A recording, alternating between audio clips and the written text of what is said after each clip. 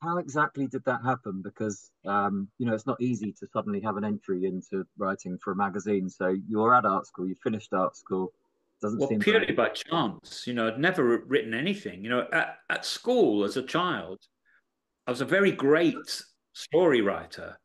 And I loved writing, but it was nonsense. Just write nonsense, funny nonsense, amazing, page after page. I was the only person in the class who would never stop writing there, write 15 pages, and they were struggling to do half a page. But of course, it was 15 pages of chaotic nonsense, really, all like fantasies coming out of my head. So I didn't really know, I had no education as such in art history, only what I'd taught myself.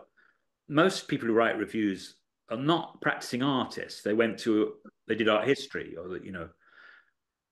But I had a girlfriend who I lived with for 7 years actually, and during that period we got married. She was American and she needed to stay in the country, so we got married. And she was far more educated than me. She had done a philosophy course at Birkbeck. She was older than me actually, about 5 years older than me. And for various reasons of her own, she wanted to write about art. So she herself got in touch with ArtScribe, offered her services to them as a writer. And she was a writer of great ability and facility. And she had a knowledge of ideas, which I lacked. I didn't know who anybody was. I didn't know what an idea was really. But because of socializing with the people at the magazine and with Andrea, and I would make comments, sarcastic comments about artists that I'd heard. And so they said, well, why don't you have a go at writing a review? So I wrote one review. I spent a whole week writing this 800-word review. Like every minute of the day, I was changing it and finessing it and looking at words, asking Andrea to help me. So they ended up, I wrote this very breezy, casual sounding review where it sounded as if I knew everything. And whereas, even the things I was referring to, I didn't really know what they meant. But It that was a must have review of been Dave that must. Cockney. Sorry to interrupt. That must have been quite unusual and refreshing at the time because my memory of art writing at that time was very serious and po-faced and everything was black and white and so it must have been refreshing for people and readers to find something that didn't take art as seriously as it Yeah, should be yeah, done. I think it was considered amusing. In some ways, I wish I had been able to be more serious. I was serious inside, but I certainly didn't know how to write seriously. I only knew how to write casually. Where did And that voice come from, Matt? I mean, that it was my style. Where natural did it come? voice. It was the voice that I spoke in. I was always, you know, at art school when I arrived, I was quite shy because everyone seemed quite confident, and I'd come from a very different world to them. I'd had extraordinary experiences, some of them very terrifying. And it was the first time I'd really mixed with middle class people, apart from when I was in the therapeutic community. But when in the therapeutic community, they were all extremely damaged middle class people. At art school, there were these lovely, beautiful gods and goddesses who all were happy doing art. But after I'd been there a very short time, I found that I was the one making the comments. And I suppose, yeah, I was just an ability to know some things and make out of those few things that I knew the impression that I knew more or that I knew everything or I knew a lot. They thought I was opinionated, but they certainly thought that I was someone who said, they would ask me things actually. They'd say, who's Hmm. Mel Bochner? I'd say, well, he's this guy who makes art out of little stones on the floor, pebbles on the floor. And they'd laugh and say, come on, there can't possibly be somebody that. I said, yeah, it's amazing. It's just three little pebbles on the floor and that's art. And he might write, he might draw an arrow between the pebbles and the skirting board. And they'd laugh and they couldn't believe it was true. But of course, it was true. And I think, yeah, come to think of it, it is quite funny, really. To sit within the system, within the art world, it all makes sense, it's a logical step. But you only have to be half out of that system to see how absurd it is. And I thought that about everybody. I thought, I loved all the things I was discovering, like Rothko and de Kooning. I just thought they were fantastic because I had a sort of flair for making art, and those are artists with flair. But also, it was possible to take the piss out of them because I had an inclination to take the piss out of everything, because that was my personality, and I'd had very dark experiences that made me cynical and you want to drag things down, in a way. At ArtScribe, you said it sort of became, you were the editor, it became your magazine. And what do you feel, what's the legacy of ArtScribe? What are the kinds of innovations and what's the art that you brought out to the audience? Well, the thing I did was introduce the British art world to a thing that they didn't really know, which was German art and New York art. And basically, in those days, there wasn't really such a naturally international atmosphere of art. Now we know exactly what's going on everywhere in the world to do with art. And in them, people didn't fly around the place. They didn't go to Cologne or Dusseldorf or Berlin. They they would go to New York if they were lucky. But there were things happening. Uh, there were artists coming out like Martin Kippenberger and Albert Erlen and Jörg Immendorf and Schnabel and Basquiat. I interviewed all those people and got them to do drawings for the magazine. They did covers for the magazine because they wanted publicity. They didn't say no. I just would phone them up and they'd say sure, okay, and I'd fly out or I'd. So you knew Kippenberger and brought him to London. I mean, does his wild Well, that man? was later. That when I Oh, was was at it? BBC, I brought him, but I did meet him. Yeah, when I was young. Was that wild man reputation exaggerated, or Oh no, he was sweaty, he was drunk, drinking Campari all day. He was incredibly creative, very, very funny. He could only be funny. He couldn't like be normal. A very, very everything was streaming all the time, stream of consciousness, jokes and ideas, and he made a very, very elaborate object, a very big, elaborate installation for the BBC. And then he said, "You can have that." So I had a great big, be worth hundreds of thousands of pounds now. yeah. I just sort of let it disintegrate over the years. But that was another phase of my life when I had actually stopped working for art magazines and I started working for TV. Okay. But I That discovered those people. The reason he came to the BBC is because he had known me for He some years knew from ArtScribe, yeah. from Artscribe, yeah. Had you decided at this point that you were no longer an artist as you No, go from art scribe into no, towards I TV? hadn't. In some ways, I was no longer an artist, but I never ever thought that that I wasn't an artist. And I had my studio. I paid for a studio. I had a studio in at Acme Studios in Robinson Road in the East End. And I had it for years and years and years, and I used to go there. But it was a place of rotting, festering, really, where no paintings ever really got done. And I realized to make a whole art magazine work on very little money, really. You got to be, it's 24/7. You've really got to pour yourself into it. It'd be very difficult to do that and make paintings work. I didn't really admit to myself that the reason I was able to do quite good paintings at the end of my time at the Byam Shore was that for day after day, I concentrated on doing those paintings. That was the main thing I did. I was so afraid of being humiliated at the end of the course to be mouthing off for 4 years and then not do good paintings. It was unbearable to me. So I really worked and worked on big paintings and made them look good. And I never really had the time to do that after that. But there were other problems as well.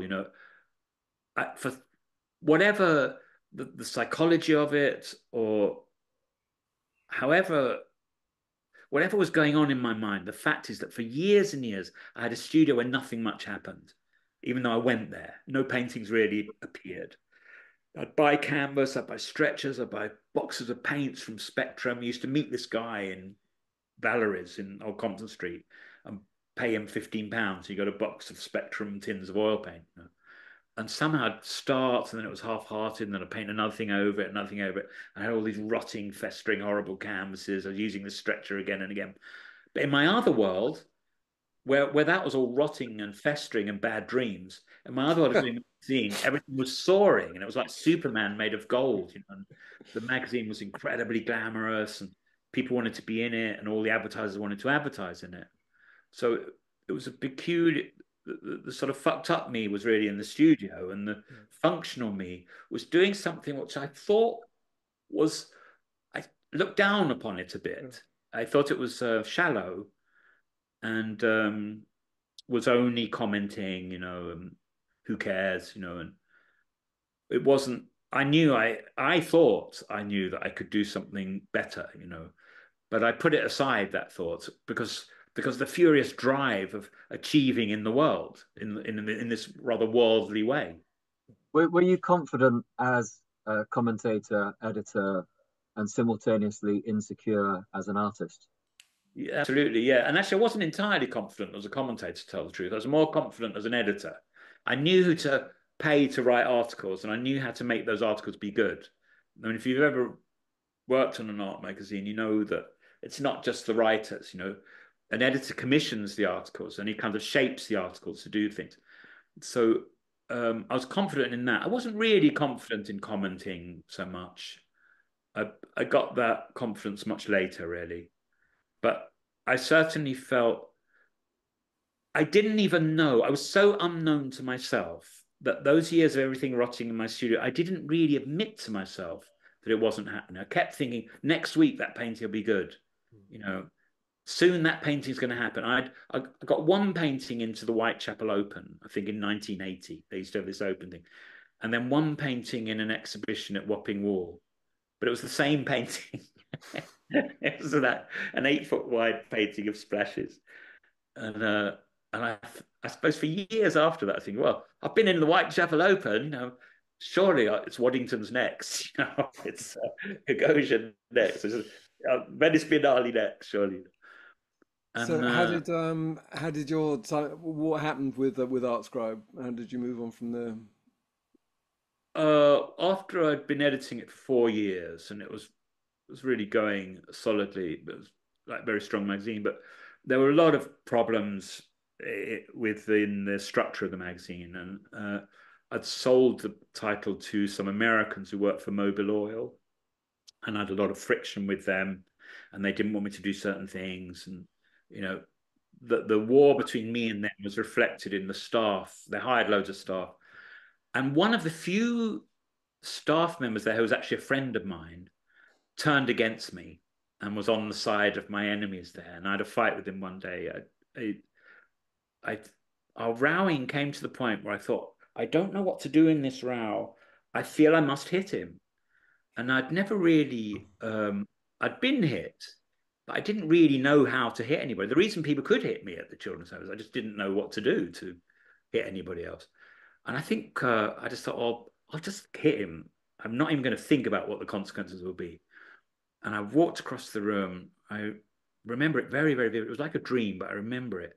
And he was sitting down at the desk, and I just sort of hit him like that in his shoulders, and I hit him a couple of times.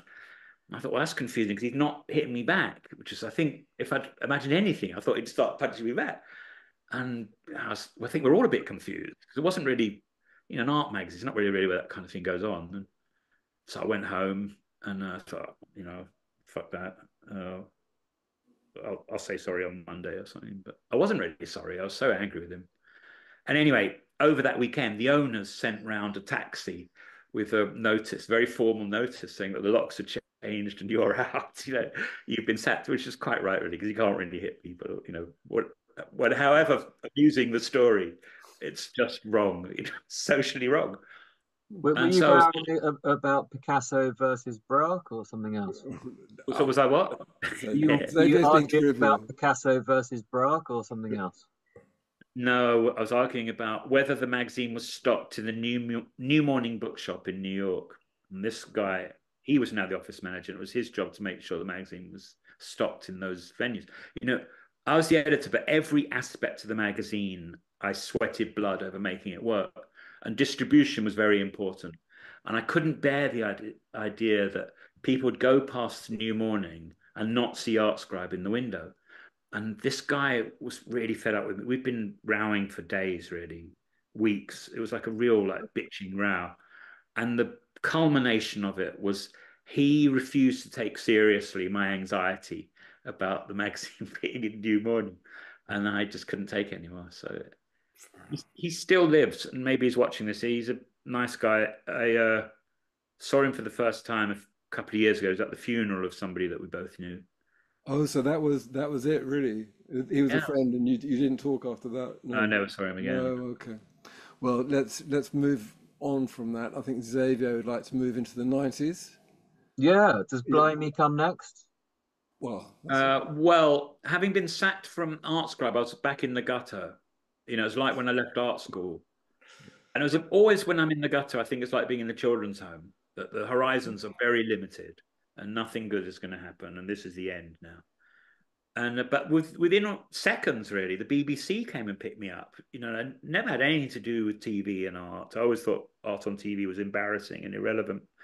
And the BBC came and picked me up out of the gutter and made me into their art critic. For they had this late night culture program that was on every night for an hour, and I would sometimes present it, but mainly I wrote and presented items that might be 1 minute or might be 40 minutes long for years about art. I was the art critic of the Late Show, and I'd fly around the world interviewing everybody, Louise Bourgeois and Kippenberger, and you know, or I'd make historical programs about Goya or degenerate arts under the Nazis. I did that for a long time, and then the BBC culled a load of people. You know, I was always on an artist contract. I was never actually employed directly by the BBC. I had what's known as an artist contract, although I had an office there and I went in every day. But they culled a load of the artist contract people after I'd been there many, many years. And I was one of them. So I was out, and again, the same syndrome. I thought, oh my God, here I am back again in the mud. And then Channel 4 came along and said, we've got an enormous budget for a 6 hour TV series. Would you write and present it? So I said, yes, it certainly will. And I quickly wrote something, and it was funny, and it was 6 hour long programs, you know, like it was called This is Modern Art. And one episode was about modern art that's frightening, and modern art that's funny, and modern art where there's nothing, you know, where there's just a gas or whiteness or something. Modern so art, these are the additions. One's funny art, frightening art. kind of, yeah. They all had particular titles, you know, yeah. But basically one was about being funny, and that had all the funny artists in it, like Kippenberger and Sean Landers and Magritte, anyone who'd ever been funny. And the frightening ones had all the frightening artists like Goya and Paul McCarthy, anyone who'd done anything shocking. And that all went very well. And at the same time as that came out, I quickly wrote this book called Blimey, which was a sort of chronicle of the YBAs and my life in art and various parties that I've been to. And so you said, where did Blimey come from? And that was a book commissioned by David Bowie, who started a publishing company with an art gallery. The art gallery was called Bernard Jacobson. And David Bowie didn't have anything to do at the time. His music career was a little bit down in the late 90s, and he sort of made himself into an art aficionado, and he formed a collection. He pretended he'd been to art school, and he did some rather bullshit artworks, but he wanted to be known as something to do with art. And he'd been following these funny diaries that I wrote for modern painters, where I described my experiences at Art Scribe and at the BBC, and that, you know, they were quite long often, you know, sometimes 12,000 words. And they never edited them, you know, just write any old funny thing that I'd done or any thought that came into my head. And he loved all that. And so he said, would you write a book about Damien Hirst? And so I said, sure. And I asked Damien Hirst, but he said someone was already writing a book about him. So I said, well, I could write a book about my own life, about my Bohemian parents and the 50s and everything. And they said, yeah, that'd be great.